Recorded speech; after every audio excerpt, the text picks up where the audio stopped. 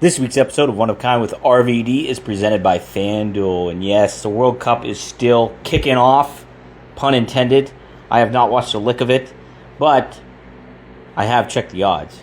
And United States, they just beat Uruguay, I think it was. I think it was Uruguay. Either way, they're in the mix. You can get them in the mix to win the whole dang thing at plus 3,000. So if you have full confidence in America winning the 2026 World Cup on the same year that they turn 250 years old, you can get them on FanDuel at plus 3,000.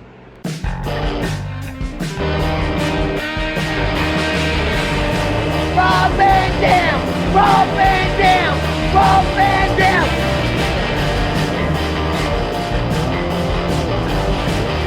I'm Rob Van Dam. The whole show.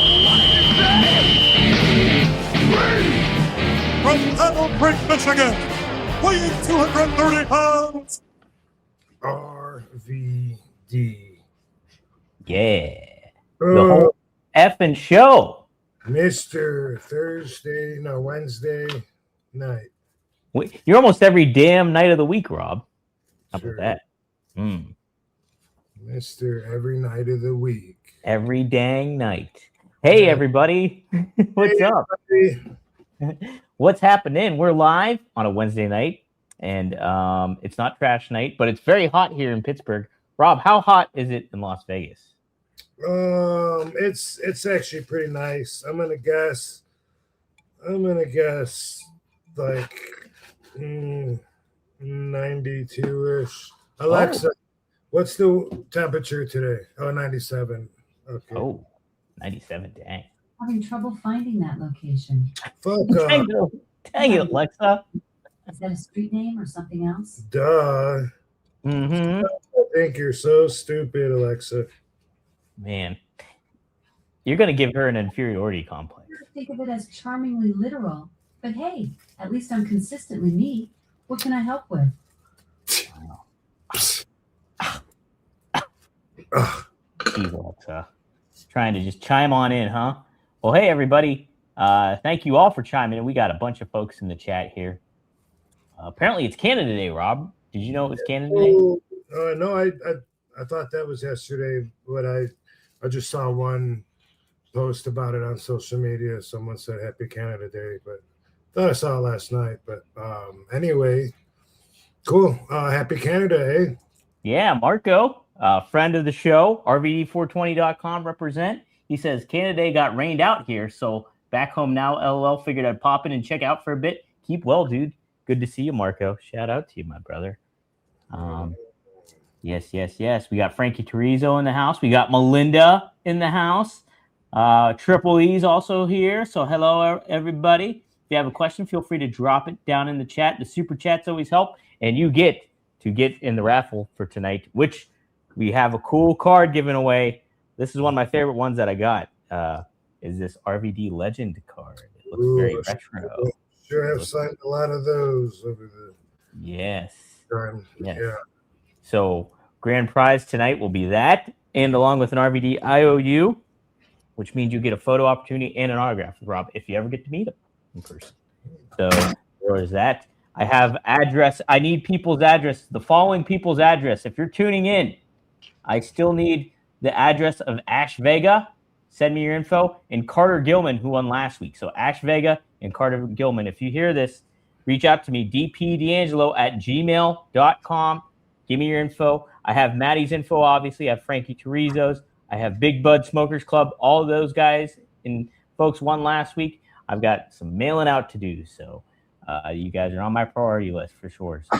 You must be enjoying the process. It must not be too big of a pain. It's not too bad. It's a matter of me just committing and sitting down and writing out the envelopes and then mailing them on out. That's all it is. I like doing it, though.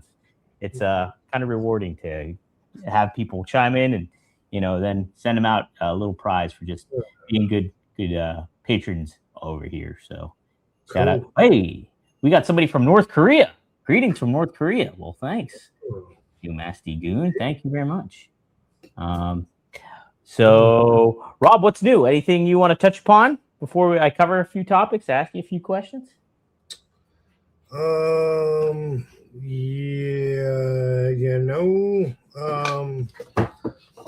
not really, not really prepared with any special topics or anything. So, um, It's all good. That's what I'm here for too.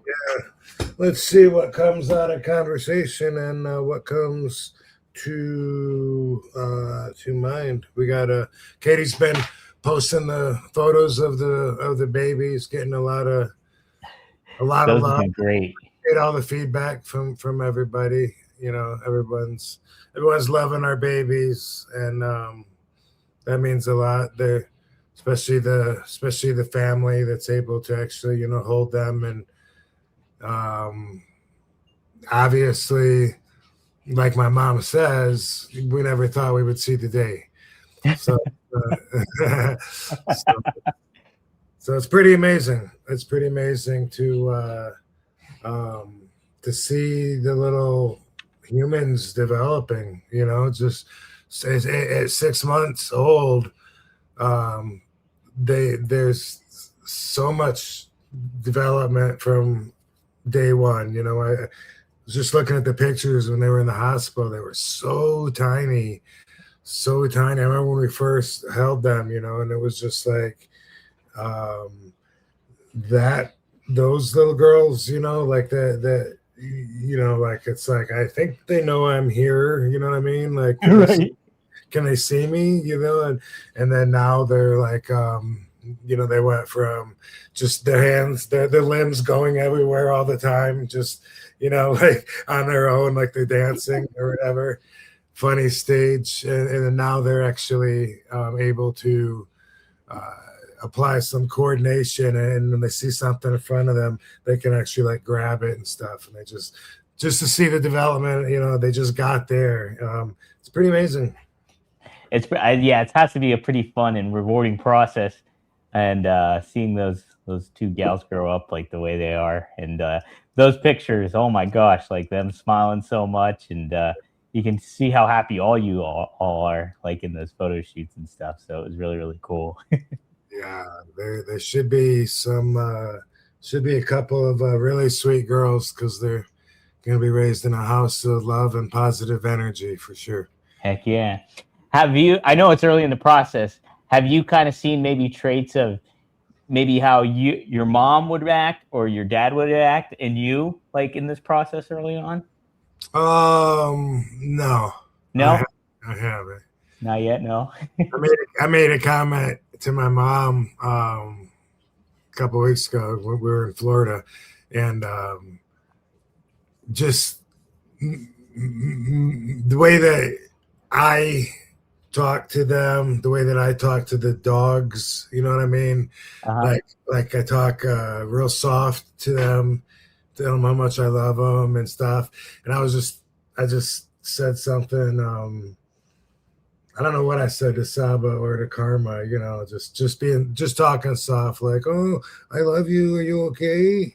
Are you okay? Do you want me to, do you want to sit there? Whatever it was. And I just told my mom, I can't imagine my dad like talking to me like that, like at that stage. It's hard to imagine, because like he just seemed so Stoic? No, my dad wasn't stoic. He was more, but definitely when I was younger, he was more aggressive, rougher, direct. Yeah. You know what I mean? Like, I'm like, oh, you're gonna wake Sissy up. You're crying, and she heard you. And I told my mom, I can only imagine my dad saying, "Oh, damn it! No, you woke your damn sister up." It's like I can only imagine my dad yelling at us like that. And yeah. The mom was like, well, but when he got older, he wasn't like that. And I'm like, yeah, you're right. When we were all adults and he was older, then yeah, he got nice and soft and stuff. But growing up, I just remember him being always on the tip of being angry. You're right. What the hell? You gonna stay in bed all day? What are you gonna do? Read comic books and stay inside all day? Why don't you go outdoors? The hell, he wanted us to get up early too. He hated us sleeping in. He'd go by, and the hell, half the day is gone. You're just wasting it in bed. He would get up super early and yell at all of us that we have to get up. But then we would always catch him laying on the floor taking an afternoon nap. Right. Say, well, what's the difference? It's got to be. I mean, you think too about the generation change, obviously, but then too, it's like he's dealing with a boy, like you as a boy, and you have 2 daughters, and yeah. But it's so funny because I talk to the Razor all the time, like and stuff like that. But I could only envision like if I had a kid, I'd be talking to the kid like I'd be talking to Razor too. At the same time. That's like a good training ground almost for kids is like talking to your pet. Yeah. But yeah, I'm sure a lot of it was my dad's age, or the generation. Like he was military. He was in the war, and so that was a lot to do with his, getting up early and being organized and productive and shit like that. But also, Alexa, when did the Great Depression end? Like 35? The Great Depression ended in 1941. Oh, 41. Okay. So he was being brought up during that time too, because he was born in 32. And but I think about that too, about growing up and how both my parents, deserve credit for it, but it was, my dad seemed to be the driving force, and he was the breadwinner. And man, they could make a dollar last a long time. You know what I mean? Yeah, absolutely. Think about that, what he raised the whole family on, and how quickly that fucking, goes in one pocket and fucking falls. It's almost like there's a hole in the bottom of my pocket. It's an so short, I'm like, wow, dad fed the whole family on that shit, and fucking, I just lost it paying like 4 bills. I know that's how it is today too, for sure. What did your dad do for a living? He was the manager, regional manager for the Michigan State Lottery. So really? So it was an interesting job. Something the other kids didn't have. There wasn't any other kids it wasn't like that's something people do in Battle Creek. You know what I mean? Right. Just as rare as anywhere. So it was kind of cool. He all the stores that had lotto machines or whatever, they would be on his route, and he would have to make sure that they have what they need, promotional materials, machines, and sometimes he'd take a winner and get them their check or whatever. But he would have little sample tickets. They were just for promotion. There wasn't any winners on them, but I used to bring them to school, little rub-offs, and tell people, that they were real, and then I got them from my dad. Yeah, I didn't sell them or anything like that, but start selling the sample tickets out. Yeah, I pretended they had value, but I didn't like rip anybody off. Yeah. Oh man, that would be something.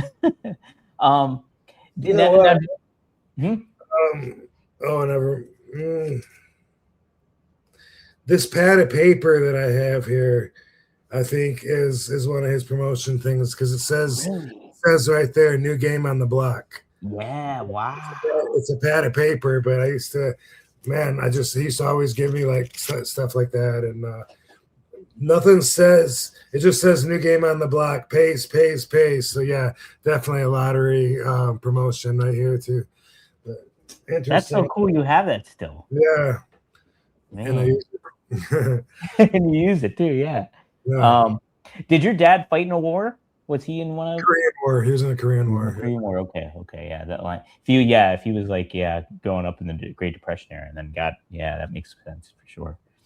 Man, how about that? So that's fascinating. I didn't know your dad did all that. That's pretty cool. Let's see, Maddie. I know he had an interesting question he asked earlier on this week. Let me see if I know he asked it again here in the chat, so I'm just going to try. Oh, here it was. This was about the HBK slap. He asked, how hard did he lay into the slap to HBK? RVD, my opinion, better than HBK. So how hard did you lay in that slap, Rob? I don't know. I'm sure as hard as he slapped me in a little more. That was a long time ago. Can't remember exactly the sting to describe it. Yeah.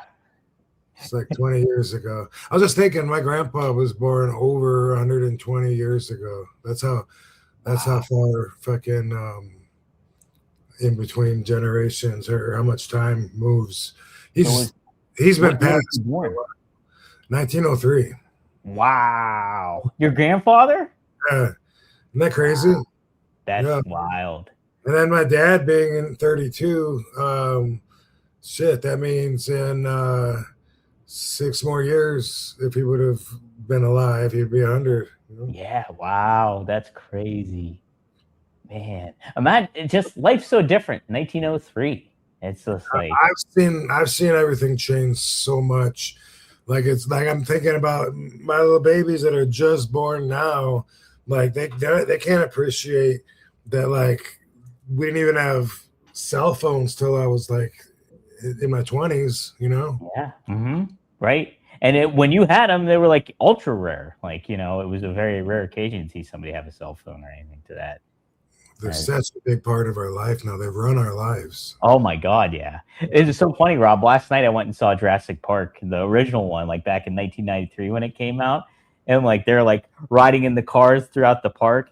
And then I'm like, they're kind of isolated and the T-Rex is showing up. And I'm like, why doesn't, like, my immediate head is like, why aren't they texting or trying to like get a hold of one another or call? I was like, wait, they don't have fucking cell phones. It's just like, Crazy, yeah. yeah. By the way, smoking, if you got them, forgot to Smoking mention if you got 'em. that. I was anxious to get my smoke on. It was time. It's time. Shit, I was just gonna think two different things. Damn it, my brain just split into two because one was, well, I'll just pick one. So yeah, it not only did we not have cell phones, but like we didn't even have GPS capabilities. Like, we literally had to get out a map and look at the map and plan when we're traveling all over the country trying to find the arenas and hotels. It's amazing that we ever made it anywhere, Right. Because now it's just, you're so reliant on your phone and where your phone's going to direct you, Google Maps or whatever you use. And it's just like, okay, I can get there. And even Google Maps sometimes doesn't lead you in the wrong direction sometimes. But like, and now, I mean, to fathom that time too, because even when I was a kid, we'd be pulling out maps and like looking at stuff too and trying to figure out where we're going. And it's just like, that seems such a foreign concept now. It's just wild. The technology's gotten it's come along so far, just even in my adult life. You know what I mean? Just which is only like the last 80 years. I was like the last 30, I guess. But to go back to, I don't know, my 20s and tell people that are rolling doobies up or packing pipes, dude, someday you're going to be able to carry around a little fucking pen and just hit a button and fucking vaporize the THC crystals. And you can do that anywhere you want because no one's going to give a fuck, or they're not going to know. They're not going to bother to try to differentiate. And it's everyone will have them, and everyone will be using them everywhere. So yeah, just to think about what my dad and then what my grandpa would have seen, how much time has changed. No question about it. Moving forward, I'm sure it's going to be the same, unless of course, the earth it succumbs to some kind of horrible, tragic climate disaster or something. Right. Asteroid lands, or the aliens attack, or World War III. We blow each half of it with nuclear bombs. Saving anything like that, my kids will be teleporting for sure. Yeah, right. Yeah, it's so funny. I think somebody did research that George Jetson, if he was a real person, he'd be like 3 years old right now. And like, you think about what the Jetsons had, like the flying cars and robots and all that shit. Where's my Rosie? Yeah, where's Rosie at?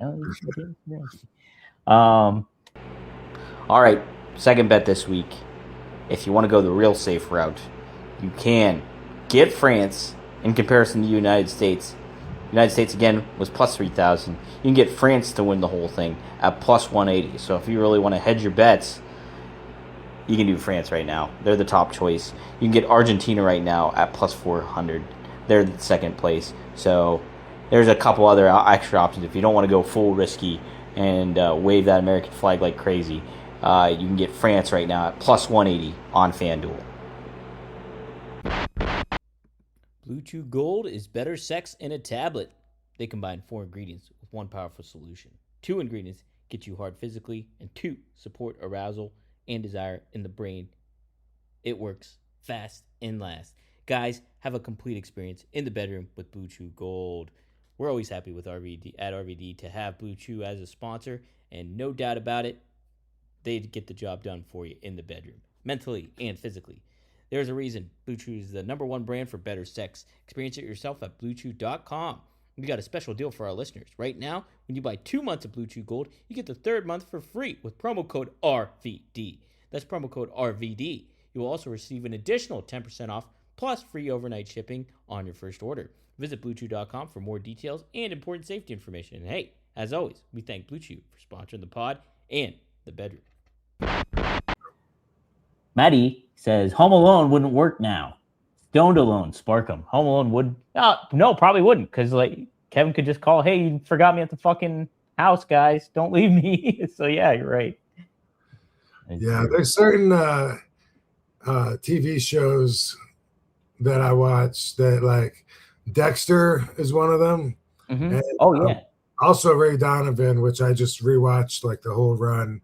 And really good. there's a movie afterwards too that's just like a bonus episode. But and it's like, even though those shows aren't that old, and Dexter is even, current, like the last series was like just last year they ran a current one, but they have to watch that and enjoy it. You have to pretend there's not cameras anywhere now. Yeah, right. Because all the breaking in they do, like no one's looking, they break in through and into somebody's office, and they're never seen going in and out of anywhere, hotels, down the hallways, anywhere. So you got to suspend your belief on cameras to enjoy those anymore. Right. No, there's a lot like that. Just even several years ago, they just wouldn't work in today's world because of all the quick advance. It is crazy to think, like, you think probably how your grandfather and even your dad might have felt like about like television becoming a big part of their lives and everything. And then how much that, they thought that was going to be the end of society or whatever, like, oh, you're just going to be in front of the boob tube or whatever.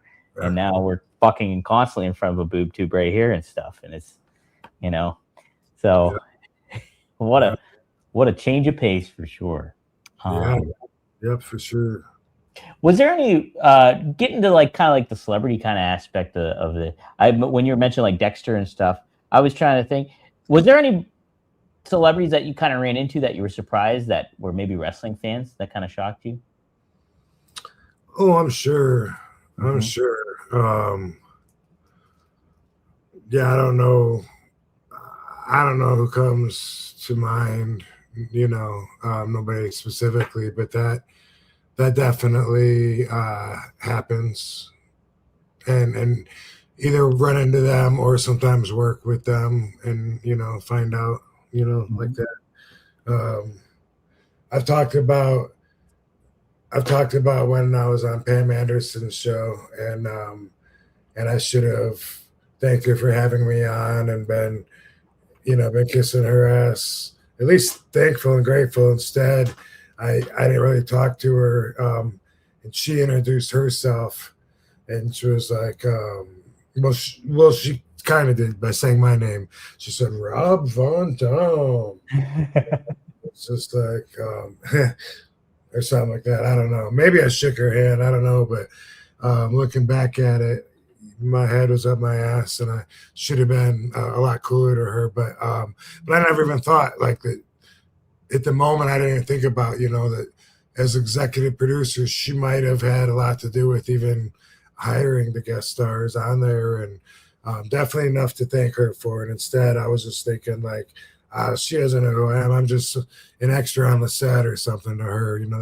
That's kind of what I thought, which of course that's not how it is when there's an ex what do you call it, a guest spot, Yeah, like and that's what it was. But that it definitely happens. How about celebrities that recognize you though? Like, Rob Van Dam. Like, And I told you this a couple of weeks ago, but so this is still fresh on my head. When I went to DDP's screening of the Jake the Snake movie in Hollywood, and when I got there and I'm walking into the theater and the fans are outside getting pictures or whatever, and one dude comes up to me and he's got a belt and he's acting all shy and he's like Rob Van Dam, would you sign this? Would you sign this? And I'm like, of course I will. And I'm signing it. I'm like, you David Arquette, right? And he was just acting like he was all blushing and stuff. And I'm like, dude, come on, you're David Arquette. What are you doing? You're WCW champion, David Arquette. Yeah. I've seen him, several times since then and talked to him and stuff. But that was the first time I met him. He was shy in a weird way. Like he didn't even say like, hey Rob, I'm Dave, man. Hey, can I get your signature on this? Like, oh yeah, no problem. He was just like,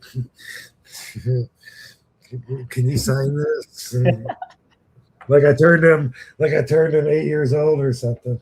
Right. Talking about celebrities, though, you're talking about how the movies, or how you're talking about TV. Like in the 50s is when TV became really popular, and everyone started getting them in their houses and shit. But the actual even movies, like the big movie studios didn't even start going in until, well, I was going to say the 20s. I guess they were there a little before.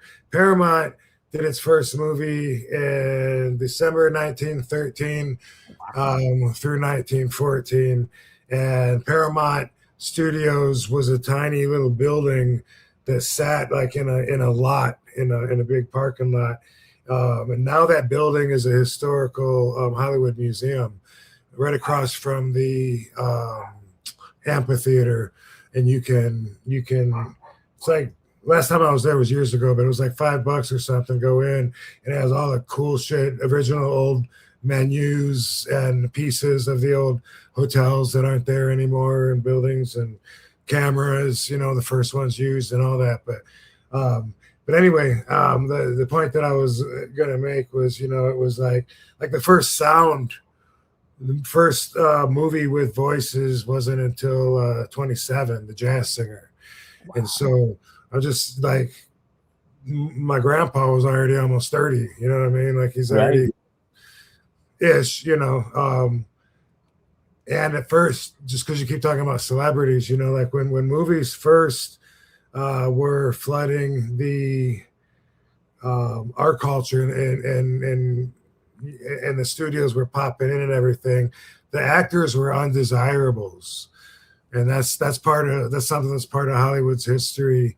Is back in the day, they didn't want actors to frequent their businesses. They didn't want to be associated with them. If they had property, because that's how land went back in the day. Like everybody would buy like tons of acreage, people with money, and they would make their own neighborhoods and shit. And that's how that shit got developed. But they had a lot of say so. Like the guy Harvey Wilcox, he opened up a bunch of acreage just down the hill from Hollywood. He would sell half a lot or half an acre lot, whatever it was, for people to build houses, but they had to be Christian, and he could follow up with all these rules, and that's how it was back then, and a lot of them would not want actors. I was just reading a story the other day about Holmby Hills, which is like one of the most exclusive parts of there's Hollywood, and then there's Beverly Hills, which is like the really rich section, residential, and even Rodeo Drive and shit is Beverly Hills. And then there's Bel Air, which is in Holmby Hills. Bel Air and Holmby Hills. Holmby Hills is where the Playboy Mansion was. And Bel Air, that's like they're like almost part of each other because they're so close. They're both exclusive neighborhoods, and they both did not allow actors there for the longest time because actors were undesirables.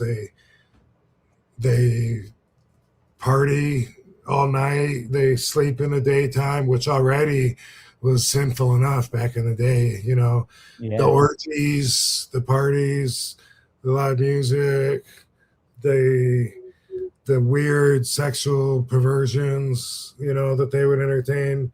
Like, there's so many reasons, and they were like, no. And anyway, I was just reading about that, about Holmby Hills and Bel Air, how the guy that first created it had that rule. And I can't remember what happened where like something happened. I guess it was the Depression or something, where the standards dropped, and then movie stars started moving in and flooded in. It became like the new like Fresh Prince of Bel Air, like the new fucking rich part of town. Yeah. It is pretty wild to kind of think about, like, because I think even back, obviously, like in the Shakespearean days, like actors were, kind of just low rent people, basically, or perceived to be that way at least. But like they would just, because all that shit, all the Shakespeare plays back then were for like lower class people and everything, and so it was like accessible down there. But yeah, you think about it too from the Hollywood perspective. That is such a wild thing to think about now. I mean, more so, the past couple, decades and stuff. Celebrities we hold in such high regard. I think nowadays everybody's so accessible that the celebrity light and how we look at celebrities have kind of dimmed a little bit in a little bit of a way, I think, with how we perceive them now. But everybody's a celebrity now. Right. Yeah. I mean, every girl with an OnlyFans says she's a porn star. Yeah. It is. It's true though. It's like, or like you could just be a content creator. Like look at that Mr. Beast guy, and he's just boom all over the place. I don't even know who he is that much, but he's a big deal. Mr. Beast. Mr. Beast. You ever heard of him? I don't think so. I think I don't know. He does like fun kind of videos, I guess, on YouTube for kids, I think. And then, but he like has like just millions and millions of dollars. It's just crazy amount of content. He's just a content creator. That's all you can really label him as, but he's a celebrity, like big time with kids and everything. It's so wild. They could just think about all that stuff. Yeah. It's and I feel like kids that grow up in this age and understand the technology that's already here are so far ahead of like myself, because like I probably will never even figure out AI, and that's already going to be the old thing, in a few years. It's already lost. I already my phone. Last time I upgraded my phone, it got too much past me. Too much. One upgrade too complicated for me now. That'll do it. Yeah. That happens to me too plenty of times. Like, AI, I'm getting more of the hang of it, but it's also like it's still overwhelming. There's still just a lot. And, like, I get fooled by AI a lot though too. I'll like look and I'll have to kind of double take a lot of the times. It's so hard to tell what's what sometimes. Right, and you know what? Also, it's hard to tell. Trannies on Instagram. I wish my Instagram had a tranny filter. Some of them look too good, and I'm just scrolling through heart. And sometimes I'll be like, no wait, they have a T in their name. Oh no, I just Let me tell you, Rob, dating apps, that happens. It happens. They don't Yeah. tell you on the date. I guess they don't put it on their profile, probably. No, well, like sometimes, you will have to look at the profile. Like I'll see a picture and boom, I like it, and then you like look and I was like, oh, okay. Not Gotcha. even- but, Yeah. yeah. But that does happen. Going back to the celebrity thing, did you hear the story about Jim Barnett and Rock Hudson? Did you know that story? I don't think so. No. Okay, you know who you know the name Jim Barnett? Yeah. I have a Jim Barnett story. Oh, do you really? It's not a very My big boy. one, but it actually does fit the rhythm of the conversation. Oh, go ahead. We'll go with that first, and we'll talk about Rock Hudson. Okay, so when I was in WCW, this is December '92 till May of '93. So during that time, I just turned 22, like at the beginning of that. So I'm a baby, really young. And anyway, you guys saw me in WCW or RVD, but one time I'm in the dressing room and Jim Barnett's in there, and Larry Zbyszko felt like ribbing me. And so he says, Robbie, why, you shouldn't cover up your body, with because I have what I call as a unitard. Which actually unitard sounds like it would be one strap, but I think it's the one piece. But anyway, I have what I wear now, but it wasn't airbrush. And you should show your body more. Don't you think so, Jim? And he's like, what? And he's like, don't you think Robbie should show his body more? He covers it up with that outfit. And oh, heavens, yes.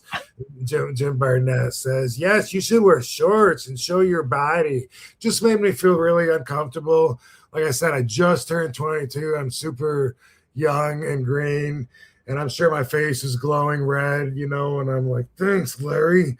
Because, the word was that Jim was gay, and this was before being gay was cool. And it wasn't, allowed or normal in Society. Right. I was going to say on the front like that in public, but anyway, but that's all it was just Larry saying, don't you think so, Jim? Yeah, he should show his body. Like show Jim, take your straps down, show Jim your body, like look at him. And he was just embarrassing me. That's too funny. Fucking Larry Zbyszko too. It's just, oh man, what a lineage of generations right there. Rob Van Dam, Larry Zbyszko, and Jim Barnett. Yeah. But yeah, the story with Jim Barnett and Rock Hudson, apparently they somehow met up, and Rock Hudson was driven around by fucking, who was it? The guy the $1 Million Man, not Ted DiBiase, but Virgil? No, the $6 million man. $6 Million Man, yeah, that the actor. Yeah, the actor. The actor was his driver. Okay. Before he became famous, and so I guess he would drive him and Jim Barnett around. But is it to wherever the territory he was from? Was it the Tennessee area? I think he kind of worked or promoted. Rock Hudson would go down there, and they would get like college football players to go to house parties and stuff like that, and some weird stuff would go down apparently. But I mean, I definitely don't have a hard time believing it, but I hadn't heard that's a Hollywood and wrestling intersection I didn't know about. Yeah, how about that? I didn't know it either till like several months ago, and apparently Lee Majors. Good job. Yeah, that's it. Yeah. That's right. Yep. Rob's recall is on point when no matter how much he smokes. What was that? Oh, you. Rob's recall is always on point no matter how much he smokes. I appreciate the fans pointing that out in the comment section last. Heck yeah, absolutely. Also at the end when they say, we had fun, it was a great show or whatever, that really goes a long way, and Absolutely. Yeah. Frankie said this last week's was the best episode we've ever had, and which is awesome. Those comments go a long way when it's the end of the night, you know, and we're closing up shop. It's like, man, cool, man. That gives us purpose, yo. It does. It really does. It validates us. Yes, absolutely, and for sure. So, obviously, Rock Hudson died of AIDS. Mm-hmm. Yeah. Mm-hmm. So, and I guess this was before that. Before you, Jim. Yeah. Okay. Apparently, there's like a huge documentary on HBO about Rock Hudson, and it's crazy. Apparently, all the stories that got out about him. But yeah, I mean, like he was the notorious, closeted homosexual in Hollywood. But there was a lot of times like where you would hear stories about old time celebrities, doing that kind of stuff. I know James Dean was like allegedly doing some stuff to get some movie roles potentially too, like and he only lived to be 24, so he was just trying to make hay and doing what he could, some of that stuff. Well, like I said, the entertainment business in general, is always been like an outcast of society, of people with looser morals, considerably speaking, people that are more willing to do different stuff, whether it's for fun or whether it's to get a part or whether whatever it is, they're not as stiff on their principles or at least not the same principles, and they don't need to depend on their, I was going to say, like they need, like it seems like whatever it is that actors and people of the like get their self-worth from, it isn't necessarily from the same things that other people in society, your regular churchgoers, non-sinners, get their value from. Does that make sense? Yeah, like they find it somewhere else, like celebrities, or you think they do, like at some points. And but a lot of like the majority of people, yeah, to your point, I think your Joe Schmoes or your Joe Everyman, so to speak, yeah, they find it, at the churches they go to or the work aspect that they have or some sort of structure familial aspect of their lives. So it's very, yeah, I mean, taking the celebrities. Yeah, there's always been studio fixers, like Ray Donovan. Ray Donovan is, based on a real guy. Yeah. Yeah. The Pellegrino. Oh, that sounds right. Yeah, I'm trying to think of what his first name is. Anthony Pellegrino. Oh. Pellegrino. Anyway, real interesting dude. And the guy does like Ray Donovan. He goes around. Every major celebrity that we know of has hired him, but we'll never know what they hired him for because it's all top secret because he doesn't talk, and therefore it's for shady shit. Like my wife is suing me for custody over the kids. I need her to go away or whatever. He would find ways to blackmail and wiretap a lot. That's what he was really good at. But anyway, there's always been studio fixers, like even like way before him. Like he's more modern. He's still alive. What's the documentary? There's a documentary about him that's like a two-parter. But there's a few movies with the same name on it, so it's confusing. But anyway, MGM had, Louis B. Mayer was one of the fixers, and then I think they had a guy named Strickland, Howard Strickland, I think was, but they also, before Anthony Pellegrino, there was a private detective from way back, in the Marilyn Monroe years. He was there actually when Marilyn Monroe died.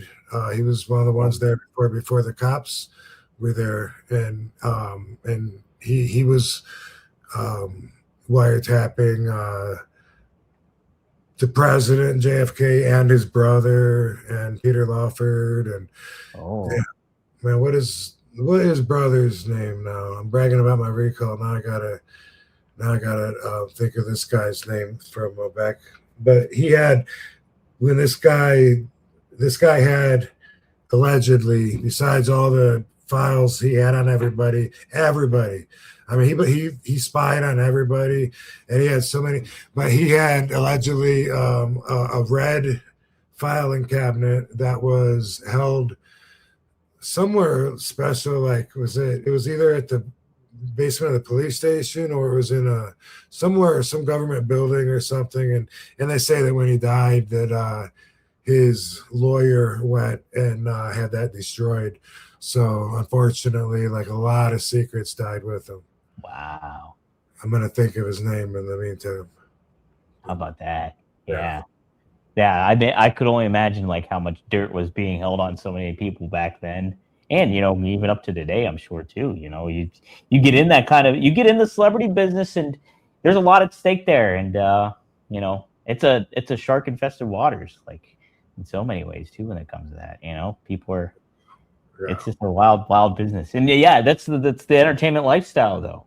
I mean, it's the correlations between that and pro wrestling. There's a lot. Like there's a lot of it that goes on. Yeah, and when it comes to, I mean, go ahead and throw singers in there too. You know what I mean? And you got like traveling entertainers, a lot of drug use, a lot of extramarital sex going on. A lot of sinning, right? Yeah. And it's so much stuff that your normal everyday person would be like, wow, I can't believe somebody would do something like that, or like they would get. But I mean, if you're in that cycle or whatever, that vacuum of what's going on with in that world and lifestyle, it's a different way of living for sure. Yeah, some good stuff. Let's see. Frankie Turizzo always asks a good question. Thanks for the $5. You're in the raffle, Frankie, for one. He says, what performers were backstage leaders in WWE and ECW? Who was the better ECW champion, Raven or Shane Douglas? As in better for the company. So what performers were backstage leaders in WWE and ECW, Rob?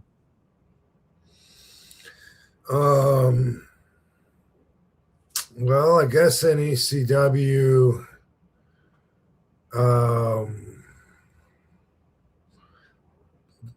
if it wasn't Paul, if anybody else was gonna address the dressing room, it would be Dreamer. Mm-hmm. And he would like sometimes stand in for Paul if Paul wasn't at a show, which was very rare, but it did happen. Once or twice, I don't know. So besides Dreamer, I don't think anybody would have.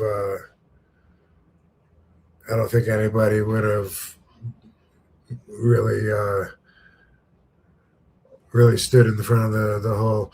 I can kind of imagine Tracy Smothers doing it, but only if you like cared about something and wanted and thought that people, like, hey, I can imagine him just dropping a bomb of knowledge, like, hey, for what it's worth, man, I'm in that ring every day, working out. If any of you guys want to get in and work out and get better at your craft or whatever, you're more than invited. You know what I'm saying? You're welcome to. You know what I'm saying? Yeah. But I don't know if he ever did that, but I could imagine him doing that, and he did. He did do that. He was in the ring for the guys that wanted to work out early and stuff. WWE, I mean, it's probably obvious that's Triple H, and there wasn't a whole lot of room, or well, there was, because there's a packing order. There's not a need because Vince has so many levels of minions under him, and the agents would be, like Fit Finlay and Arn Anderson and Steamboat and guys that were former wrestlers that we all knew and respected, and they would have their job of talking to the boys that they're assigned to or whatever. And if somebody went above and beyond that, I know I told the story a couple times about CM Punk calling a team meeting when I got back from being suspended at ECW. And so that meant to me that he was putting himself in that position to call a team meeting.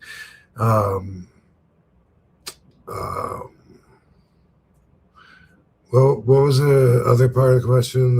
Other part of the question was who's the better ECW champion, Raven or Shane Douglas, and better for the company? I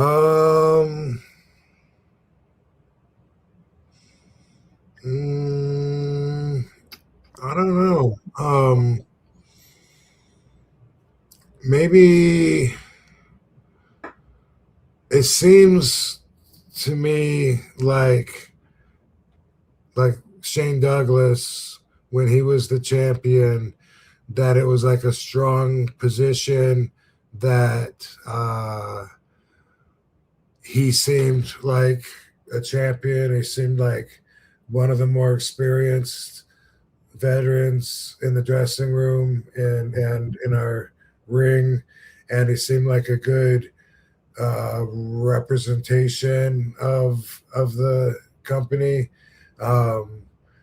When I picture Raven being in the same spot, it's more exciting, so fans could be maybe excited about that, it seems like.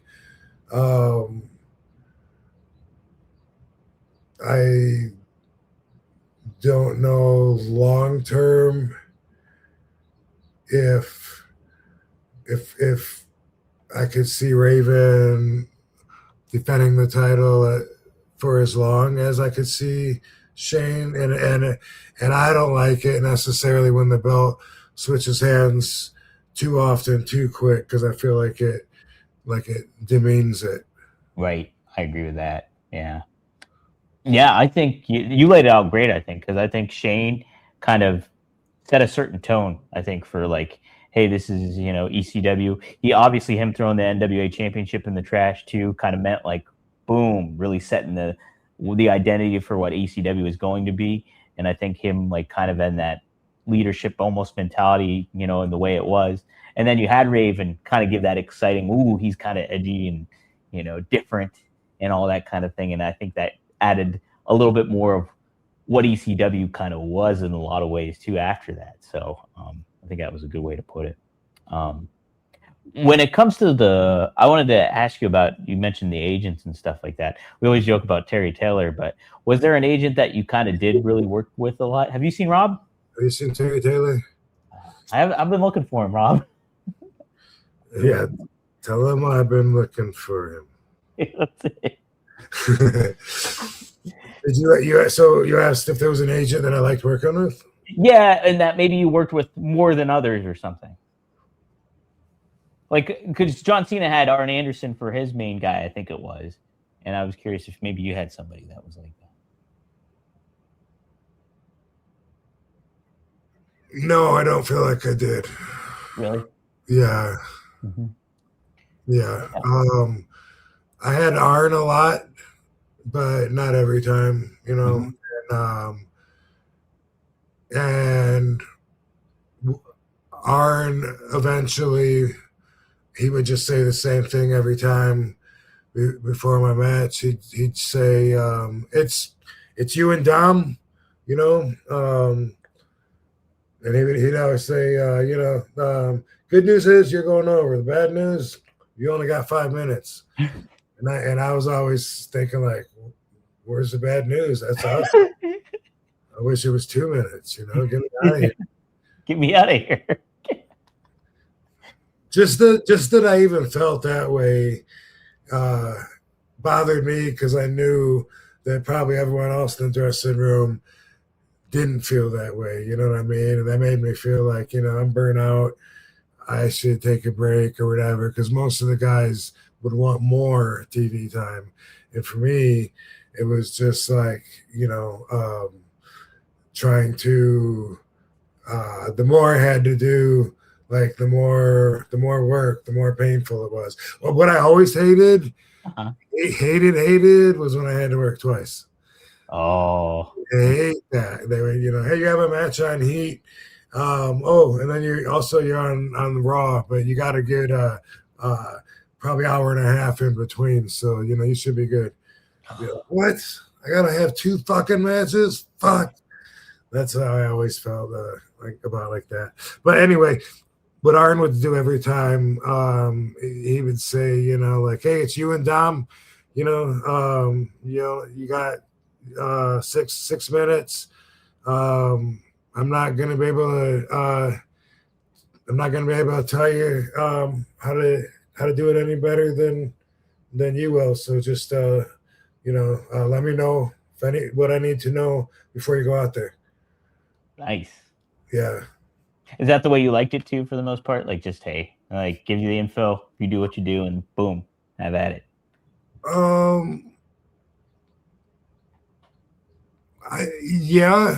Not necessarily, I guess. When I think about it, I mean, it wouldn't have mattered if he would have had, more information, as long as it would have been something I liked.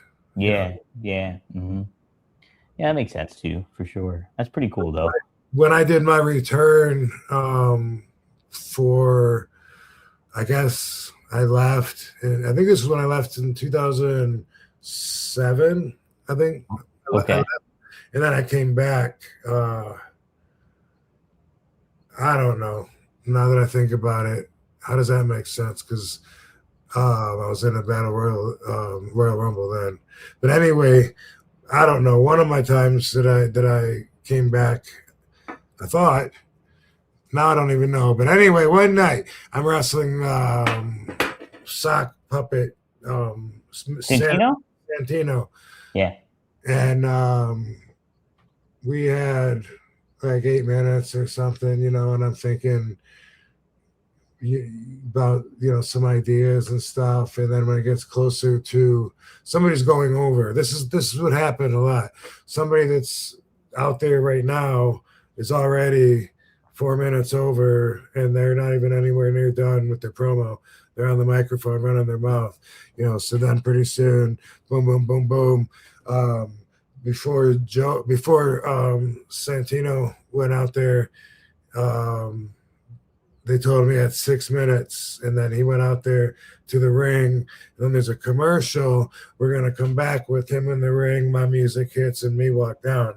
And so right when that happens, there's my music. Right, and I'm about to hit to go out there.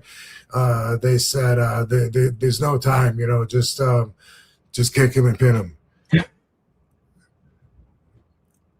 Yeah.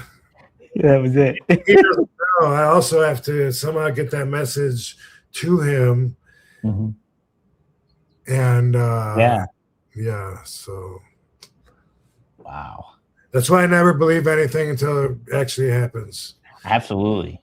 People always want to know plans, like, were they gonna have you and Booker T, or were they gonna have you and Kane? I always say I don't know what they were. If they told me, I wasn't listening to shit. Right. No, because that's true though. It's like, especially I've found, especially in wrestling, you just cannot trust. I mean, not trust, but like you can't take that to the bank until it actually happens. Like, everyone is going to experience at some point being promised something that they actually really wanted, and when it wasn't delivered, they were really let down. Mm-hmm. Then it's like, well, do you want to be super butthurt over it? Do you want to be like extra, paranoid and I don't know, hard to get along with, almost to make sure everything in the future is, I don't know, try to control a future that you can't even control? Or are you going to go, fuck it, and then not care about anything? And for me, it was an easy call. Eventually, real short, like in 2006, when I was adjusting and shit, not long in, I had to start letting shit roll off my shoulders and that means good things too, though. So that's what people don't understand is like you can't just choose and say, okay, just like Sabu used to say when people would ask about wrestling and the legitimacy of it, he would say, when I win, it's real. When I lose, it's fake. You can't you can't really in real life choose, and just be like, well, when things go my way, then I'm going to be super excited about it. And then when things don't go my way, I'm just not going to care that much. No, if you're going to invest your emotions, then they're either there or they're not. You know what I mean? So Yeah. It does kind of dull the would-be exciting moments, but it's also zenful. Yeah, it's a way to kind of survive through it all. Yeah, that's a shoot, brother.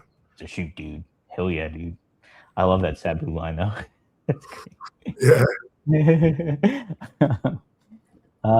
Before I forget, I did want to go back to when you were talking about CM Punk like taking leadership in the locker room and stuff like that. It made me think about too. Like, did you know at the time how like invested kind of Paul Heyman was into CM Punk at that time? Because it seemed like that was going to be his guy moving up. I mean, I could tell. I didn't know to what extent, but I mean, it was very obvious that Paul really liked him a lot. Mm-hmm. He was talking about him a lot, and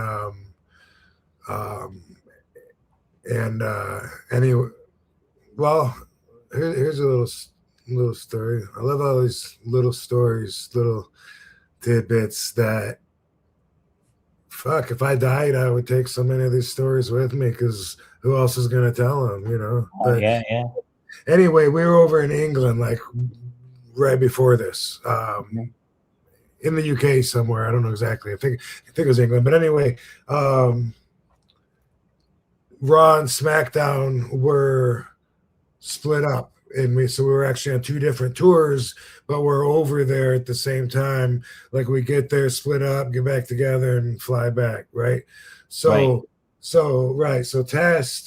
Test was dating Kelly, and they were split up, and Kelly was with us, and for some reason, Test thought that CM Punk should be his message boy, Yeah, and get messages to Kelly. I don't know why. I have no idea what their relationship was, but I was hearing about this through Paul while it's happening, via live time, while it's going on, because I was, hanging out, and Punk did not feel obligated to be his message boy at all, and according to Paul, Test, because Test would call and talk on the phone and talk to us on our tour, but he was doing his own thing. Let me just leave it at that. On tour and trying to cover his ass by saying, tell Kelly whatever. I don't know. I can't say because I don't know. But according to Paul, Test called him and said about CM Punk. He said, "What the fuck? Why? How come he's not giving her? I keep telling him to tell her to fucking call me, and he doesn't fucking tell her." And he goes, "Well, what the fuck? Does he think I won't smack him?" And Paul said, "Oh, my money's on the tattooed kid." And I was just surprised, because I didn't know CM Punk at all, and I was just learning on the spot how much Paul, really liked him and stuff. And when he said that, I was like, "Really?" And he said, "My money's on the tattooed kid," and just repeated it. And he said it as if he told Tess that, but I don't think that he did. But he said it, like, do you think he thinks that I won't smack him? And he was like, "Oh, my money's on the tattooed kid." And I think he might have told me that he did say it to Tess. And that Tess was like, what, he's supposed to be a tough guy or something? And anyway, that opened up my eyes just to look at Phil. And I noticed Paul working with him and Ryback, you know, during this angle and stuff. And then I knew that Paul was really into him. But at the same time, this was around the December to Dismember fucking fiasco. Yeah, fiasco kind of. I think all of us ECW guys were a little butthurt that they were kicking us out and bringing in like the new breed and the new, and so, you know, there was some personal feelings about what was going on during that match. So that was really weird. And then afterwards, you know, it was like part of me was like, so what? This he's replacing me or what? You know, what the fuck is going on here? And didn't really get my answer because I was just leaving anyway. That was all part of my frustration that led to me leaving, was feeling underappreciated. Yeah, I bet, especially like without the direction that the ECW thing took. And it just like, it could have been such, I mean, we talked about this several episodes, but like it could have been such a cool thing if, you know, it was harnessed in the right manner and utilized in the right manner, like having you guys and like you lead the way, and then, you know, other established names in ECW help that out too. But then you incorporate like some newer breed in there a little bit, like a CM Punk or somebody like that. And you kind of just grow it. And then you have, and like, I think Paul was having an interview with somebody. I can't remember who it was. Maybe Chris Van Vliet. I think it was Chris Van Vliet. And he was saying like how the plan was to do like kind of like those, kind of like make it like a different vibe, like almost like the Smoky Arena kind of feel to it, and have it a different aesthetic and feel in comparison to what you were getting on WWE Raw and SmackDown at the time. And it just did not pan out that way. So glad we got those two pay-per-views. Proud of both of them, and they're both great representations of ECW. And even having the WWE guys in the building still shows the contrast. You know, shows you how different ECW and that crowd was, and how much they stood out. You know, the SmackDown guys, which of course they're gonna physically stand out when they're up there in the blue shirts. But I mean, it just put you both in the same spot at the same time, so you can see and appreciate how much they and that style doesn't fit here, you know? Right. Not with this style, and that's the point. Absolutely. And the heat that they got that night in comparison to, like, you know, and the atmosphere of the Hammerstein Ballroom and all that was just so cool. Yeah. Pretty damn. Yeah. What'd you think about when I didn't really see much of it at all, but I know, like, I think Shano was in charge of it, and they had some kind of hardcore, like, underground fighting pit. Oh yeah, that whole Raw Underground stuff. Yeah. I thought initially the concept was pretty cool and different, but like the execution of it week in and week out made it feel very cheesy, you know. And I know at the time during COVID too, so there were certain, you know, limitations that maybe they had and things. But ultimately, like, I was like, this could be a very cool concept if they really embrace like the underground aspect. Maybe have it on later at night, like the final hour of Raw, and then you kind of get these different things and you incorporate like you know, more edgy stuff. Maybe show some titties in there. Why not? You know. I think something to that effect could have been cool. Like, or you incorporate like copyrighted music or, you know, licensed music and have different things going on there just to make it feel different in comparison to what, you know, was president on Raw at the time, which was pretty weak at that moment. But it felt very watered down and very half-hearted, I thought, ultimately. Would wrestlers go there to settle a score, or was it just random wrestlers that could also maybe do a fighting style? It was a little bit of both, because I think I remember like Dolph Ziggler going down there, and like, you know, there was no ring ropes, I don't think, and like, so it was just like them kind of like fighting and duking it, almost like the Josh Barnett blood sport, but much more toned down, I think. And so, yeah, I think some scores were settled, but then they'd bring some guys in that didn't get a lot of TV time or like that were relatively new. I can't remember the one guy's name, but he was a big dude. I don't know where he went to. I don't think he's even in the business anymore, but he was down there. They sent him down there. But so, yeah, but once in a while, Shelton Benjamin, I think, showed up on there a couple of times. It could have been neat. They could have done something really with it, I think. But literally that maybe the intrigue of it all lasted maybe like 2 weeks before it fell flat and like didn't really take off. So it felt very half-assed on Vince's part to be like, hey, let's do Raw Underground, and then okay, I'm done with this. That's what it felt like after a couple of weeks. So, but I thought it could have been a neat concept, but it wasn't well executed ultimately. Maddie, thanks another for the $5 you were in the raffle. Mumsy used to pay me to watch wrestling and go to live shows. No way, really? Now that I look at after Mumsy smoking with the whole free fucking show, appreciate the little things. So how about that? So pretty nice there, Maddie. Good to get you watch out for your mom on there. Right on. Goku Spider-Man, thanks for the $10. You're in the raffle for 2. You're in it for 2. RVD, thank you for all the great memories. I practice martial arts and stretching and always thought about your training methods as far as stretching as your warm-up. I still do it to this day. How about that, Rob? That's awesome. Don't stop. That's my advice. And chiropractor used to tell me that, like, how long ago was that? That was when I lived, I guess like 20 years ago. This guy, he'd say, if you ever stop, you're going to stiffen up like so quick just because my body is, gets banged up all the time and stuff. And man, I could tell just when taking like a little bit of time off, can tell definitely.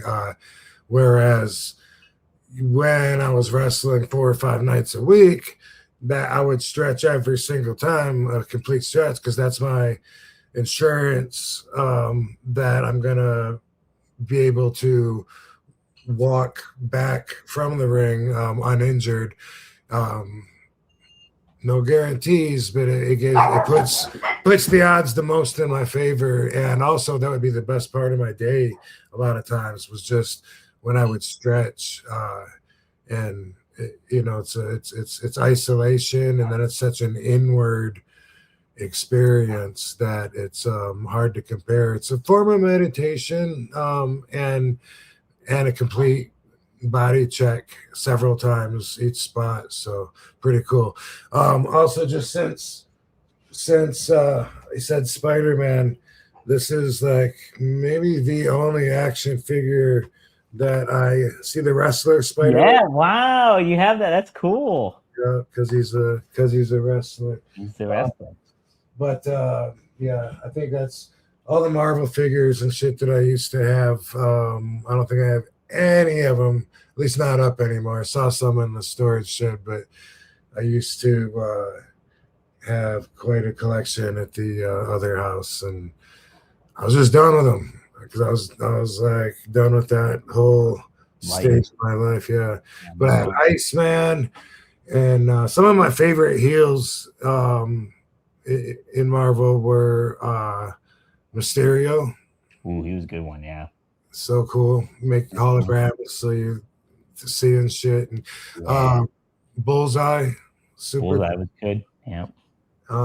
Electro, don't know why, but I loved Electro. I like Electro too, yeah. I love Juggernaut. Mm-hmm. These are all guys that Spider-Man fought. I used to buy, I think 4 or maybe 5 different titles of Spider-Man a month. There was Peter Parker, the Spectacular Spider-Man. There was the Amazing Spider-Man.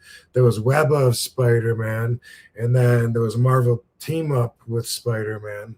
And then sometimes there'd be like another short series that they would run with that, and that was in my weekly pickup when I was a kid of magazines. But there you go, a little. Who else is there? Another heel I can throw in there with? I mean, those. So I had to get all of those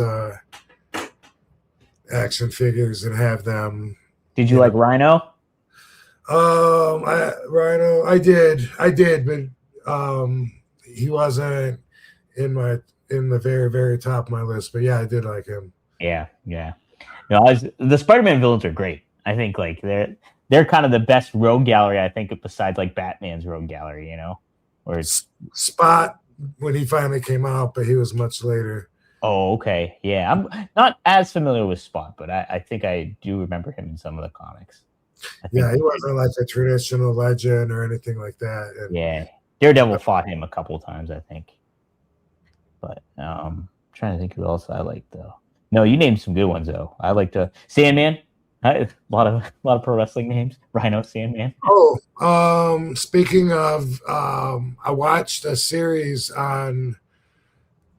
I don't know. I think it's on Amazon Prime. It's whatever app it's on. It's called Spider Noir. Yeah, with Nicolas Cage. Did you watch it? No, I hear it's really good though. I hear Yeah, I liked it. I just finished it yesterday watching the series, and it's got Sandman in it. Well, their version.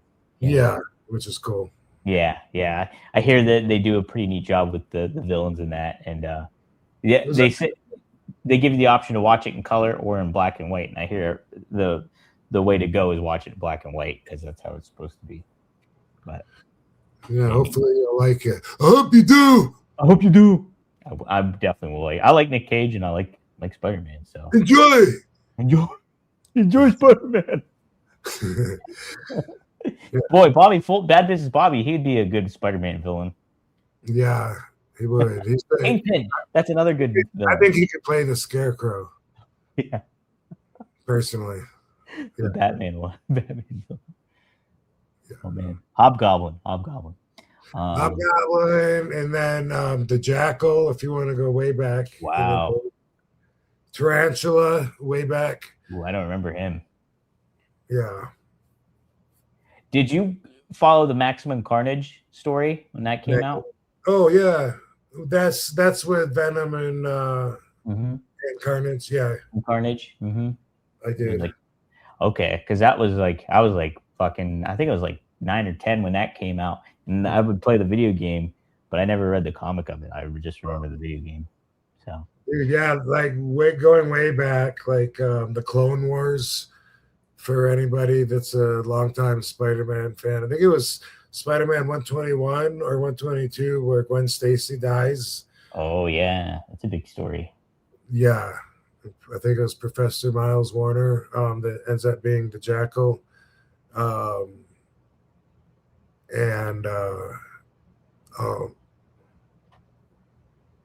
trying to think of what other heel was with the Jackal. Carry-On. No, there was a dude named Carry-On, and I can't remember what. Oh, I remember him. I can't remember him. Yeah. There was also Lizard. The Lizard. True. Yep. Doc Ock. Yeah. I like Doc Ock too. Man, great villains Spider-Man had. He had really good villains. All right, some more super chats here. Oh my gosh. Maddie asks, have you ever seen any of the Dave Chappelle specials? GOAT. Yes, I have. He's very funny. He is very funny. The Chappelle show was fucking Although, if I remember right, the last one, the newest one that he did, I stopped it, I don't know, 30, 40 minutes in or something because I hadn't laughed one time. And I think he even says on it something about this one's not about laughter or something. And I was like, no shit. It's almost like he wasn't trying to get the crowd to laugh at all. It was really weird. But that was the most recent one. I don't know who has seen it, or if you know what I'm talking about. I didn't see it. I saw, I think, the first two that he did. Maddie, if you know what I'm talking about, dude, the most recent one, it seems like 30 minutes in, he was just giving a speech or something. It was weird. Well, Netflix paid him a bunch of money to do all these specials, and I think they gave him free reign to do what he wanted. So once it got to a point where it's like, okay, I did some funny shit, I'm going to say what I want to say, maybe is how he handled it. I don't know. But yeah, it's That's what I heard too about it. I heard it wasn't that funny. Like it was more topical, or Weird. yeah. Mhm. But I have laughed very much at his previous stuff, so I'm with you. Yeah. Did you watch the Chappelle show like when it was out? Not really. No. Yeah, just for whatever reason, I don't think I was really watching TV during that time. But You were kind of in the thick of WWE at that point. yes, too. yeah. And but I heard people imitating his shit enough to know, like I'm James Brown, bitch? No, I'm someone. I'm Rick James, bitch. Rick James, bitch. Yeah. Yeah. So I heard so many people saying they used to be the thing. Yep. People say, right? Oh yeah, big time. With 5 fingers to the face, slap. He is funny. Yeah. Oh yeah, there's some funny ones. When he wants to be. Mm-hmm. That's right. That's right. Shout out to Chris May. He just says you're in the raffle for one there, Chris. He says RVD the whole effing show. Ain't that right, Chris? Ain't that right? Right on. We'll add you to the raffle, Chris May. You're in the raffle for one. Congrats. Oh yeah, Maddie also asked this one to me earlier this weekend. Luckily, he did a super chat to remind me. What do you remember of Kane getting unmasked and tagging together?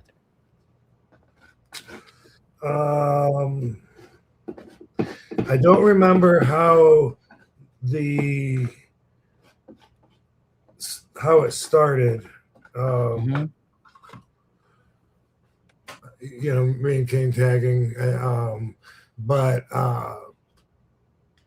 I enjoyed teaming with him because he was a really cool guy, but that's not my favorite reason to wrestle with him. But it just happens to be a bonus. He's always been a super cool. He's a comic book guy too, by the way. Sometimes, I didn't know that. Yeah, I've had some comic book conversations with him. It's funny, like all these big warriors of wrestling, and like Mark Henry's like, Rob, did you see the new Civil War where they killed Captain America? Like, what? Edge was in on those conversations. Oh, Edge! I know Edge was big into comics. Yeah. Yeah, of course, Hurricane. But yeah, for sure. But when he took his mask off, what I remember about it, I don't think I saw his face, like that. Like they had shaved his head and made him look all creepy, and then I didn't see him before that, so I would have like a shoot reaction. But I just honestly, besides, I love Kane, and so of course I love working with him. But besides that, that's just one of those memories that for me, I felt like my job for the next foreseeable future, at least 2 months, 3 months, looks like it's going to be a rag doll. You know what I mean? Yeah, it's yeah. Like going through it, and like it just, maybe wrestlers know what I'm talking about, but if you go several matches in a row and you notice that you're looking at the lights night after night, and you might take an assessment of what pathway you're on. You know what I mean? Right. Yeah. That's the best way I can put it. They used to say, you can tell how over a wrestler is by looking at his boots. If his heels are worn out, then he's not over. If his toes are worn out, then he's over. Right? Yeah. You ever heard that? I've never heard that. That's funny though. There's probably a much more clever way of saying it than I did, but but yeah, but you get it anyway. So when I think about that, I just think about, okay, am I getting punished for something? Are they trying to make an example of me? Do they have nothing else to do with me? Am I, because it doesn't feel like I'm doing something positive for the company, but maybe I am, when I am getting beat night after night after night. Like some guys, they do that their whole career, and they almost never win a match. But people like that, I think, have a different purpose in the industry than people like me, because people like to see me win. They like to see the Van Daminator and the 5-star frog splash, and if you beat me, you kind of beat the fans because they love me. So anyway, with writing and long-term writing, I'm saying maybe something like that is good overall, but it doesn't feel like it when you're going through it. I think it's I thought it was intriguing when they unmasked Kane. I wasn't really watching wrestling that much at that time because I was like just starting college and stuff. But I remember like when it happened and it was like, oh, that's kind of cool. It'll be neat to see him go up against Undertaker at some point like that because it's a different take on Kane. But when you think about big picture, I think that's short-term thinking. Like to unmask Kane. Yeah. So, but I was asked what I remember of it. So when I put myself back, that's how I remember. I put myself back to that moment in perspective and think about what it felt like. And it feels like I'm getting jobbed out. It feels like, night after night after night. We did regular matches. We did cage matches. And then I worked with Undertaker. And it might have been, I don't know when I did Undertaker, if it was before or after that. Same thing though with Taker, night after night after night, cage matches. And I always say what I remember about those is we didn't have to see each other before stepping into the ring on any given night because we both knew exactly what was going to happen in the end, and we could get there. And so, so there's not very many people. I don't think anyone does that now. You know what I mean? But no, right? I don't see it happen. It's very rarely will not see wrestlers not be like rehearsing their whole match like right before they walk out there. Basically, it's a constant. Yeah. For better or worse, or whatever, we a lot of times we wouldn't even see each other at all because we would just fucking go out there, especially in the cage. Just gonna be eating metal here for a while, and fucking one side and then the other. But so for me, it's cool that everybody remembers. It was very memorable. And Kane, I guess, switching to heel at that moment. But it starts with Kane catching me on fire. And that whole memory is just Bruce telling me I'm not good enough, Bruce Pritchard. Wow.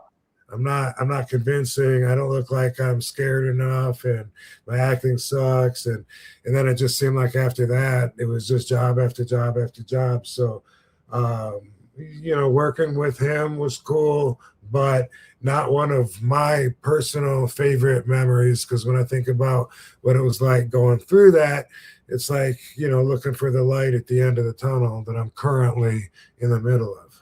Right. Yeah. At that time too, it's like, I would think like, your top heels at that time was like a Triple H and then Kane, like turning heel and stuff like that.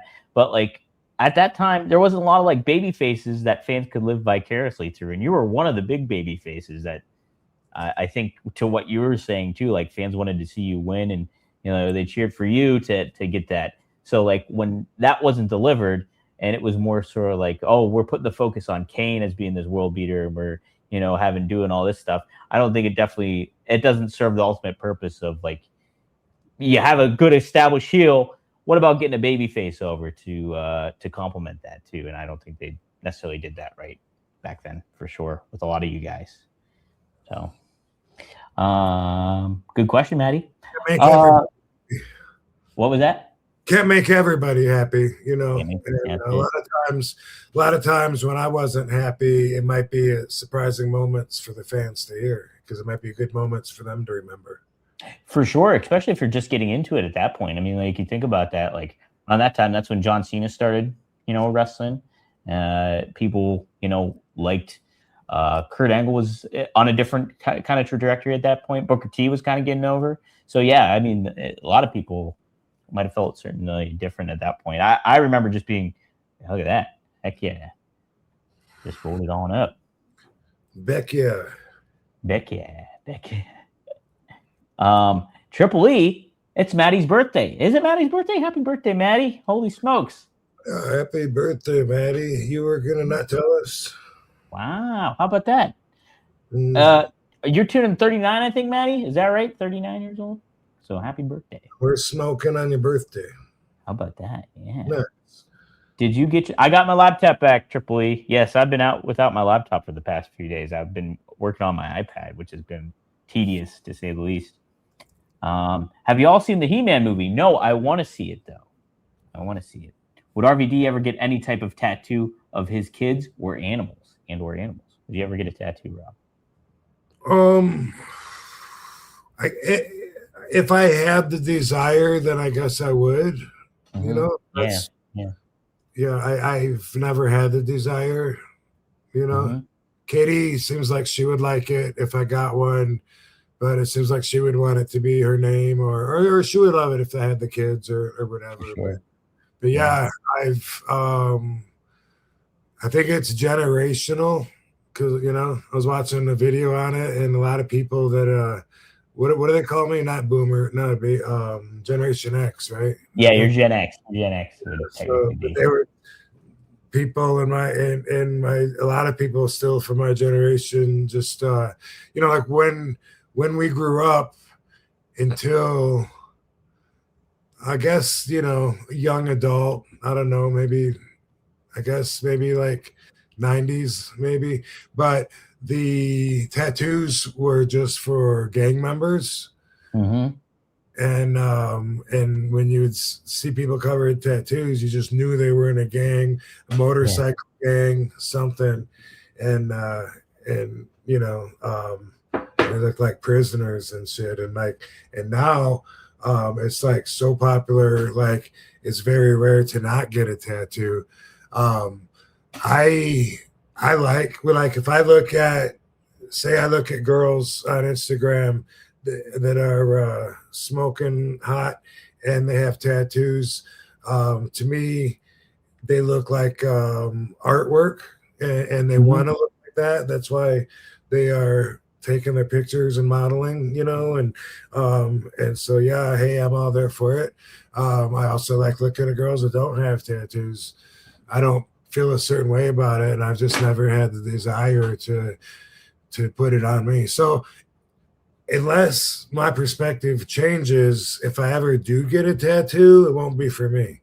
It'll be a gift, I guess, to make Katie happy or something. Right. Yeah. No, that makes sense too. No, it's almost like not getting a tattoo is the new getting a tattoo. Right. Yeah. No, for sure. Right. Everybody I've just never felt ever, felt like wow, I don't like looking at myself in the mirror anyway. I see enough of me. So I get it. Yeah. Right. I always wonder, like, if you do that, is it for you or is it for other people? And I get different answers, and it probably depends on what the message is. If it is a message, you know what I mean? But at the same time, it's probably not for me. Yeah, I get it for sure. Addie says, RVD got a bong handy? Spark 'em, Van Dam fam. Oh, it's your 30th. So you're only 30? Holy smokes. Good for you. That's great. 30 is a great age to turn.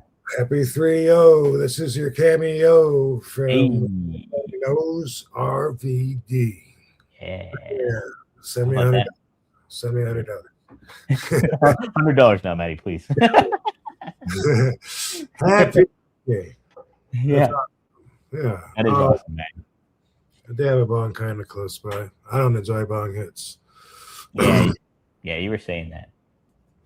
Every once in a while, I try it because it's like quick, convenient, kind of, but it'll burn my throat and cough me out because I'm not conditioned for it. And in the end, especially dabs, like if I do a dab every once in a while, like I don't talk to me for 10 minutes. Let me cough my fucking lungs out over here, and then I'll be right back to you. I'll be back in. Just do dab after dab after dab. When I met Katie and I was living by myself, that's how I killed the day, just fucking with wax. And nobody could handle more than 2 that ever came over to the house. And if they did, it fucked them up, and that happened quite a few times. Wait a bit. Yeah, because people didn't know what dabs were. They thought it was a bong with smoking wax instead of grass, and they didn't really understand the difference. And I'd be like, dude, come on, are you sure you want another one? They'd be like, if you're having one. I'm like, no, but I do this all day. Just so you know, hey. Conditions, you're not gonna keep up. You ever hear High Times? I was kind of in the magazine. But now I'm not conditioned to it. I am just for this. Yeah. If I do a bong head, I want to join it. I'll be like, and the air tastes like bong water right after the first talk. But West Coast style, we snap it, we put a butt in there, and you burn the whole thing down so you don't have anything left. And that's probably part of why. But then the water has it's dirty, Yeah. It's definitely a different way to do it for sure. Yeah. I'm not hating on your smoking preferences. I'm just explaining some insight as to why I don't currently do it, because I've probably tried just about everything. Although I've never worn one of those gas masks and put it on. Oh God. Yeah.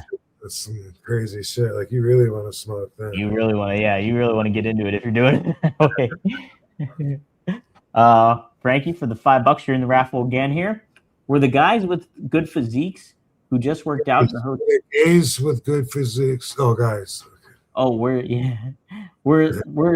there guys with good physiques who just worked out in the hotel room? Rob knows this, but you can put a little wedge under the door for pull-ups. Oh yeah, for sure you can.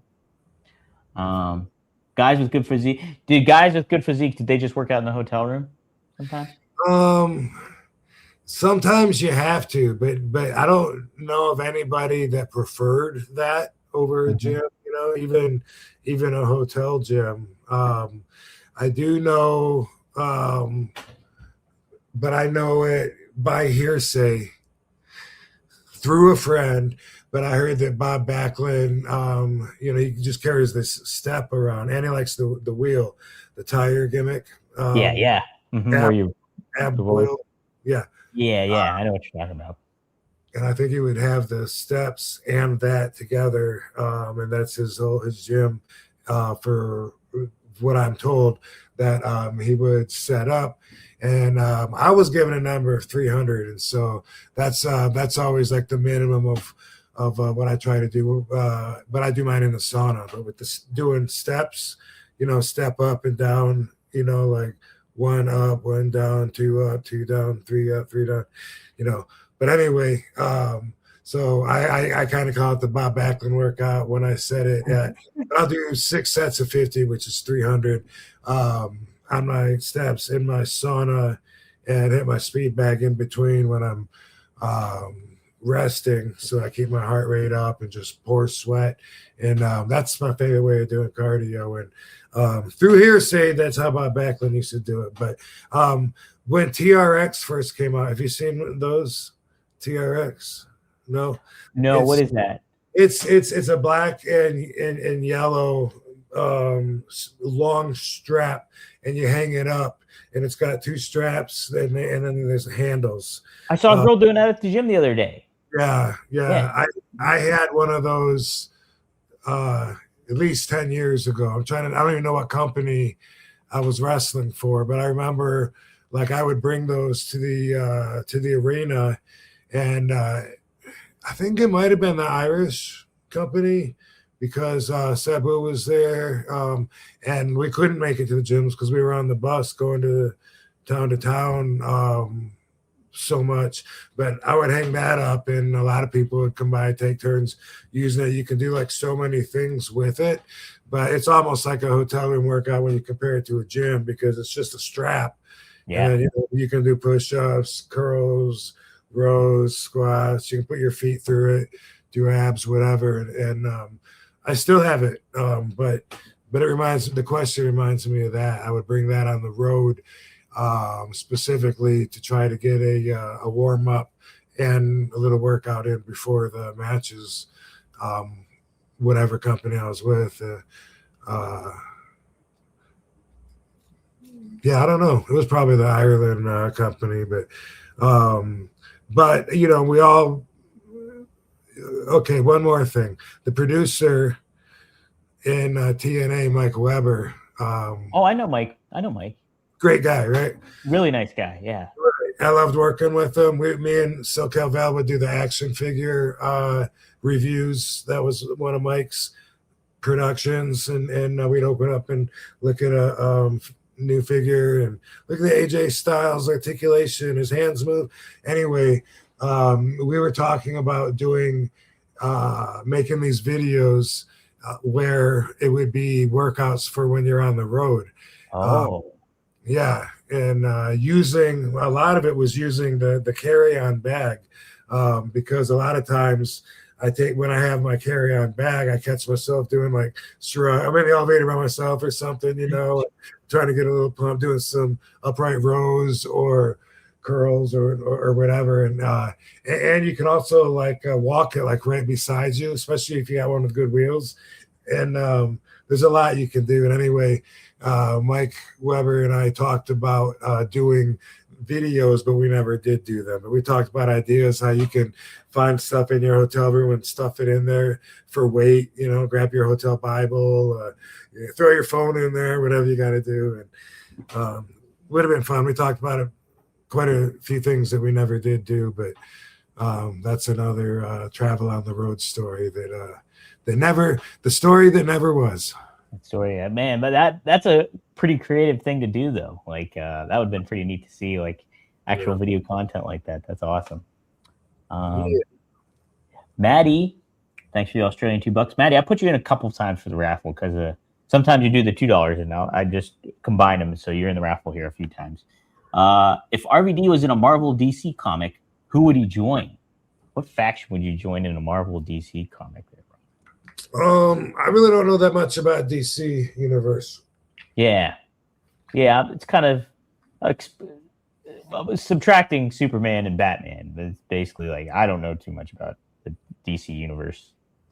Yeah, the Teenage Ninja Mutant Turtles. Ooh, nice. Yeah.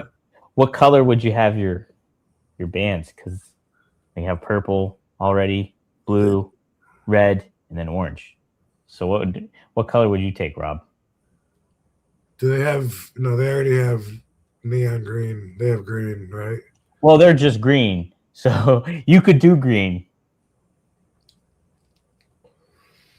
I'll do no, that's stupid. Black. Tie-dye. Tie-dye you wear when you're that turtle. Tie-dye, Rob. Tie-dye. Terry's looking for you.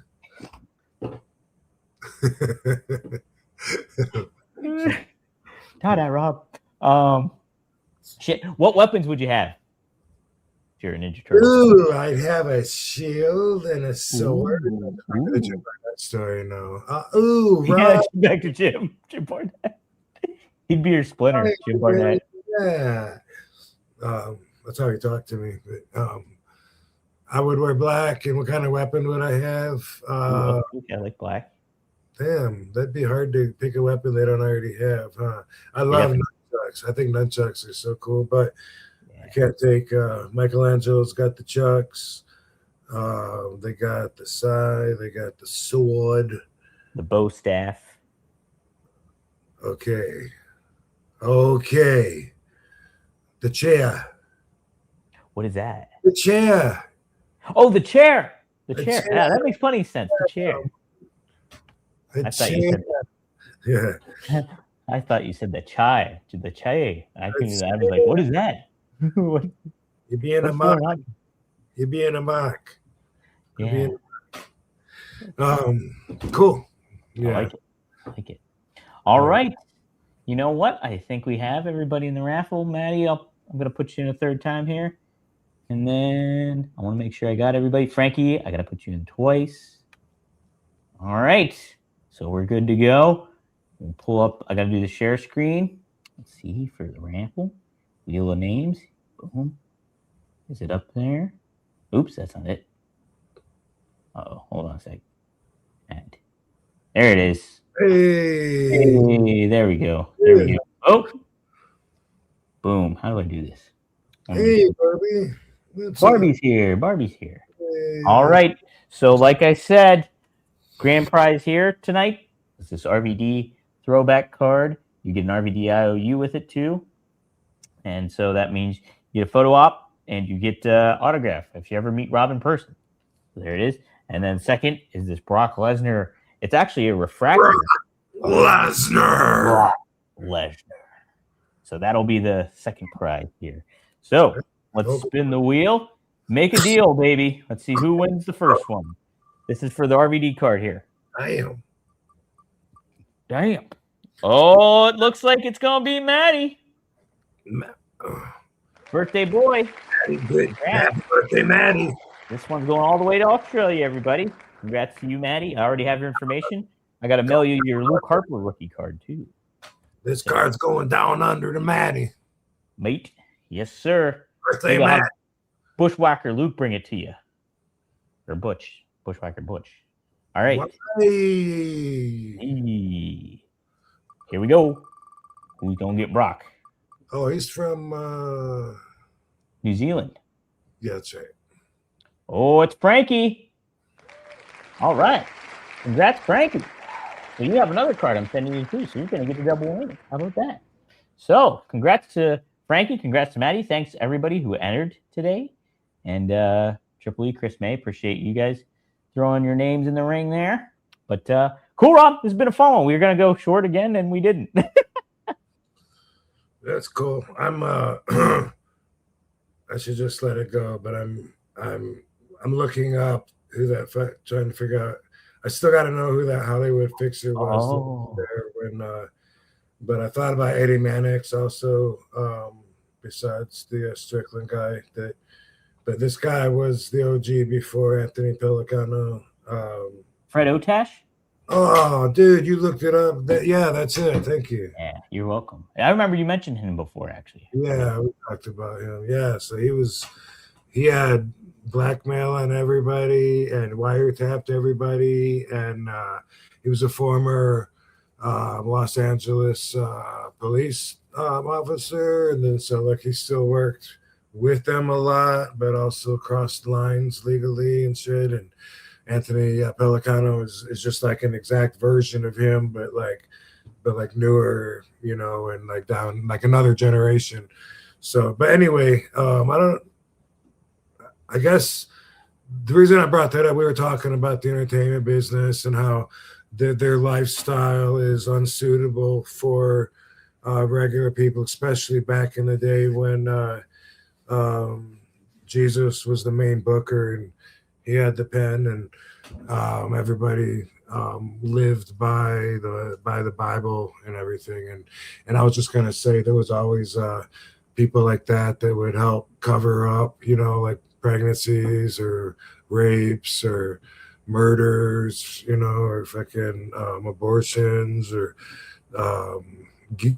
affairs, homosexual tendencies, and all kinds of shit. So the entertainment business has always been looked at like that. So that's why, like, whenever something real crazy happens, but now that everybody's an entertainer, you know, now that everyone's got their all OnlyFans and everyone's making their own content and shit. But they're also ODing on fentanyl and other shit out on the regular streets outside of outside of the gates too, right? Yeah. So it's definitely a different landscape, that's for sure. Oh man, Rob, we have another birthday too. It's Jem the Dawn's birthday. Hey, happy How about birthday, that? Gentlemen. Don. How about that? Happy birthday, Jem. How about that? An RVD regular here. You know what, Goku Spider-Man, I forgot to put you in the raffle, so guess what? I'm gonna send you something anyways. I'll send you an RVD IOU. Just so, yes, give me your info, Goku Spider-Man, if you're still around. I will send you something because I forgot to put you in the raffle and you paid $10. So there you go. Cool. Interestingly enough, Nick Cage plays Ben Reilly, not Peter Parker. Ben Reilly was the actual clone of Peter Parker. Oh, that's right.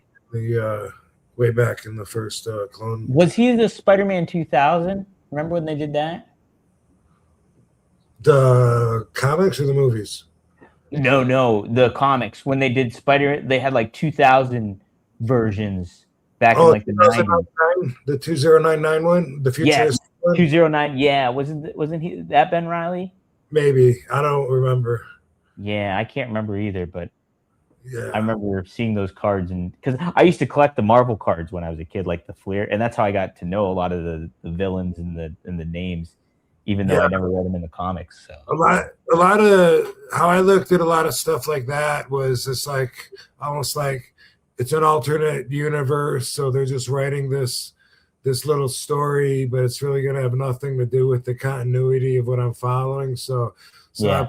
I would purposely like not necessarily hang on to it, almost just like in a what if, like what if were great, like what if the clone had lived, but I guess maybe he did, who knows. But yeah, same thing, the alternate universe. And so I'd be like, well, enjoyed it for what it was, but it's not going to fuck with my trivial knowledge of facts the way that they happened, in the Earth 616 universe, because I think that's what was the main universe for Marvel. 616 it was called, I think.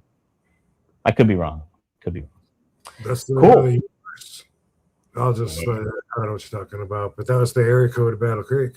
Oh, was it really? No shit, 616? Yeah. It was it was the whole city, 616, and then when there was a certain point, I don't remember if I had already left or if it was when I was leaving, they had 269. Wow. So then there was a choice. So your number could be 6, or if it's newer, then it's a 269 number. Oh, well, that's crazy. Yeah, because the main Marvel universe, I think, is the Earth 616. They call it. Interesting. Yep. So how about that? They're all from Battle Creek. Everybody, all the Marvel superheroes. Yeah. And Rob too. So there we go. Cool. Well, this has been a fun one, Rob. We covered some good ground, and we'll do it next week. So. Yeah. All right. Cool. Thanks, fam. Yeah. Everybody, have a great week. See ya. Peace out, hoes. Thanks, Peace up, A-Time down. We'll see you next time here on One of a Kind with who? Oh my gosh, it's with Rob Van Dam. Rob Van Dam.